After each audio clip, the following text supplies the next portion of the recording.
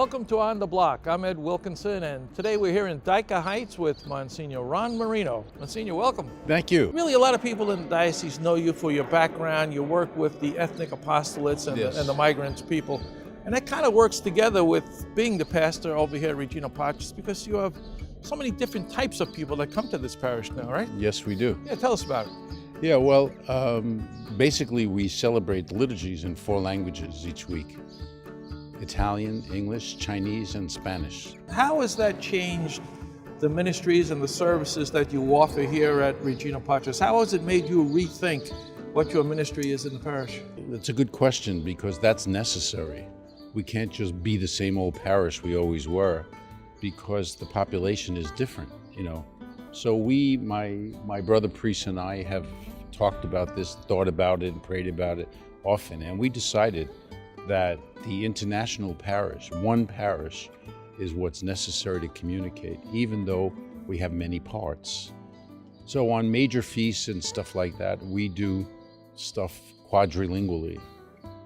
On when the immigrants are celebrating their own culture or their own, we let them do it, but we not let them do it. We're happy that they do it, and we invite everybody else. So, you know, when it was Chinese New Year, we had the Chinese New Year celebration and the ancestor celebration, all that, to which the Italians and the Spanish were invited, and they came.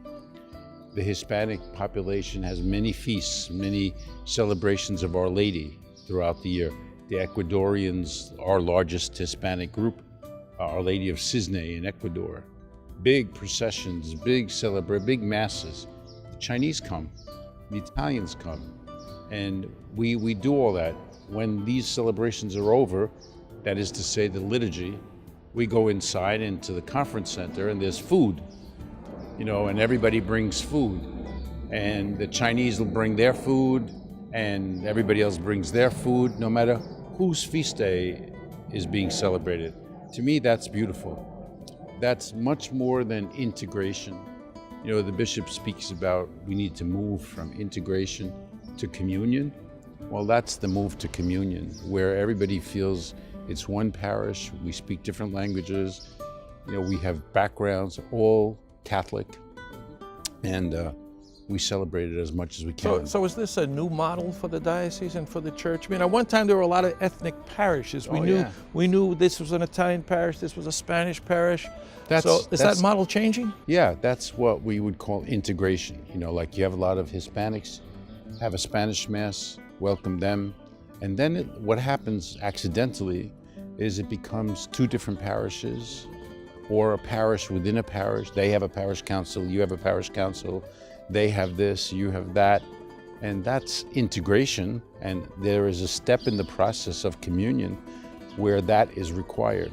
You know, people have to feel secure in their own identity, that their faith is being celebrated the way they're used to, that they are respected and belong. They have to be there. They have to be in the position of strength. Then they can feel comfortable with everybody else. So whether it's a model, I don't know, but it's what I believe should happen. So would you say that this parish is a reflection of what's happening throughout Brooklyn and Queens? Oh, sure. How do you keep up with this as a presbyterate? I mean, first of all, there's the language barriers. You have to speak. We have Mass in 27 different languages on a Sunday. Yeah. Where do we find those priests who can come and minister in their own languages? Well, fortunately for us, the church is universal. And in Brooklyn Diocese, we believe that the international priests, as we call them, are a real gift, because without them, we could not minister. No matter how much I love the Chinese, I can't be Chinese, you know. And no matter how much I love Nigerians, I can't be Nigerian. So there are times when we ask bishops from other countries if they could spare a priest or 2 for 5 years, and they come. Other times they ask us, you know, we need to have a priest study at a university or something, and while he's there, could he work in your diocese? So we manage to cover the languages that we need, and some that we haven't even established yet because of the foreign-born priests. Probably in every single parish there are foreign-born priests now. And even in the class that was ordained this previous year for the Diocese of Brooklyn, there were only 3 homegrown priests from Brooklyn, and the rest came from around the world. Did you have anything to do with finding those people? Some of those, yeah. Some of those, yeah. I mean, how do you recruit priests from Nigeria, from Korea? Well, what we usually do is we ask the Bishops' Conference in their country to recommend, a bishop who would be willing to send priests as missionaries to here. So are the patterns shifting here in the diocese? Temporarily, because I think sooner or later, and I think it's going to be later, the government will realize that there needs to be what the bishops call comprehensive immigration reform. We can't keep families split up. We can't be deporting everybody's father and everybody's mother and leaving their kids here. We can't be doing this kind of stuff. And until we straighten that all out legally, it's just not going to be home for people who seek freedom. Well, the church has been saying that for years. And exactly. We're going to get back to your work with the Ethnic Apostolates, but right now we're going to take a quick break. You're watching On the Block. Stay with us. We'll be right back. Welcome back to On the Block. Today we're here at Regina Pacis, and we're sitting in the lovely garden area behind the rectory and right next to the Basilica. I'm with Monsignor Ron Marino. Monsignor, I want to talk a little bit more now about your vocation. When did you first start thinking that you would like to be a priest? Actually, when I was an altar boy. And you had to learn Latin back then, right? Oh yeah, it was all in Latin. But we learned it better than the priest did, I think, now that I look back. I was one of those church mice kids that was always there, serving everything you could serve, helping the sacristan, being around the priest. At a certain point, they asked me to work in the rectory, and I wasn't old enough to work, but I loved the idea. And working the rectory was answer the door and the phone, and I guess I was cheap labor because they didn't pay me. What parish are we talking about? That was Our Lady of Guadalupe. Dyka Heights also, right? Yes. Yeah. Well, what was it about the rectory life that you thought was attractive at that time? The food. They ate well? Oh, they ate very well. I used to go home and tell my mother, you should see the lamb chops that they ate in the rectory. We don't eat those, But seriously, they respected each other. They all knew how to be priests, it seemed to me. They were kind to everybody. Me and the other kids who were around a lot, the altar servers and others, everybody palled around with them if they were available, We respected them a lot. And the way the parish set up the altar boy story, we had to help them vest, we had to do this, we had to know the names of everything. We had to, not just dress up. It was really, any altar server of those days would ring a bell in his head when they hear me speak. But you went to public school, right? Oh, yeah. Yeah, so sometimes you couldn't be an altar boy if you went to public school. Right. You had to be from the Catholic school kids got all the tips. That's right. How did you slip in there? They got out of class to do funerals. Exactly. I couldn't do those things. Mm-hmm. But on the weekend, I was all over the place. There's no question about it. And but that's when I was a little kid. Then, and to tell you the truth, I was one of those kids that played mass at home. Mm-hmm. A lot of kids do that. Most little kids at that time exactly. did, right? Yeah. But the truth of the matter was that, my dad was opposed. I would mention it, I think I want to be a priest. I think I want to be a priest. He would say, forget about it, forget about it. And why was because I was the only male child. And he wanted the Marino name to continue, okay? And I have to say that obviously he got over that, because I became a priest. But now more people know the Marino name because I am a priest than if I had had my 3 children or 4 children. Mm-hmm. So it's funny how things work. So the seed was planted, and then it's got to mature as it goes along. When I went to high school, I joined the vocation club. They had those things in high school. Where'd you go to high school? St. John's Prep on Lewis Avenue. The old one in Brooklyn. The old one, yeah. Mm-hmm. Mm-hmm. And the Vincentians ran that. And they had a vocation club, right? All about Vincentian fathers, this and that. Yeah. And I just never let it go. I just kept sticking with the idea that I wanted to be a priest. And why didn't you join the Vincentians? I didn't like them. They were too tough on you? They were tough on me in high school, yeah. So And the disciplinarian was really tough, or the priest who was in charge of discipline. It was an all-boys high school. Yes. And we really, that wasn't easy, I'm sure, now that I look back. Mm-hmm. But I actually joined the Franciscans at that point, after high school. Myself and 2 other kids from my parish. Really? Yeah, we went together to join the Franciscans, the Italian province of the Franciscans. Did you talk to any priests in your parish at that time about Yes. it? Yeah. And how did they let you get away? I mean, did they try to steer you toward the diocesan priesthood? No. They said Franciscans are fine? Sure. Uh-huh. I guess we had enough of that, back then at that point. Well, I don't know if they saw a vocation being made. They respected it, They didn't say you have to be what we are, but they said, we'll pray for you, keep it up, that would be nice, this and that, So what'd you do? You joined the novitiate for the Franciscans? Yeah, and I made my simple vows, which were for 3 years, poverty, chastity, obedience.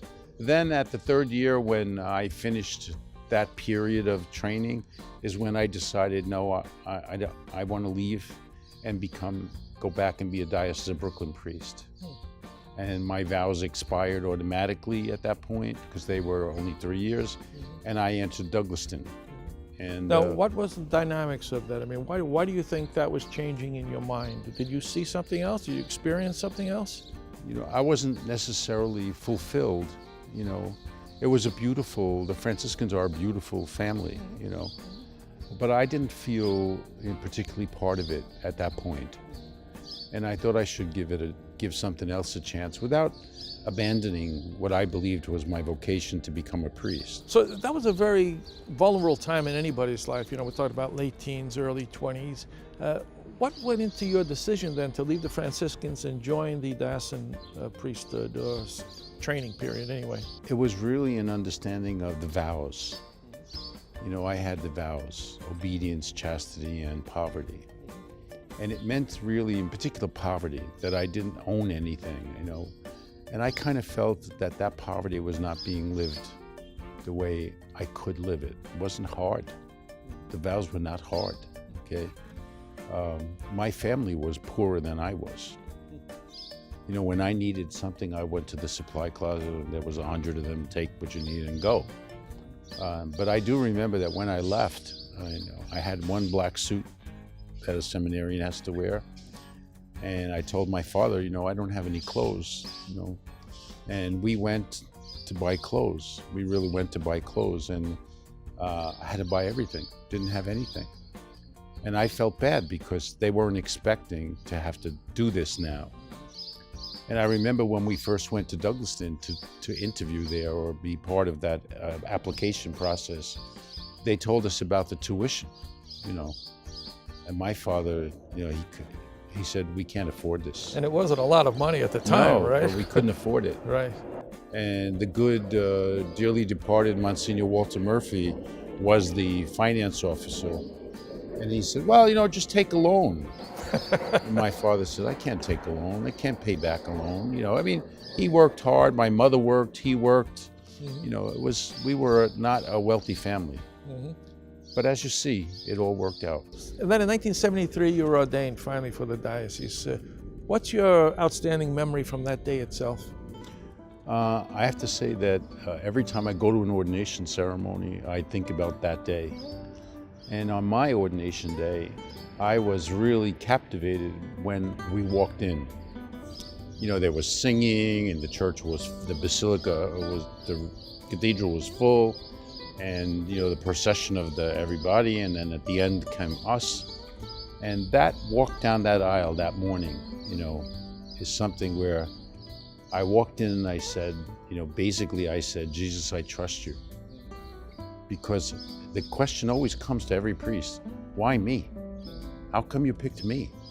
Not that we don't want to, but what do you see that we don't see?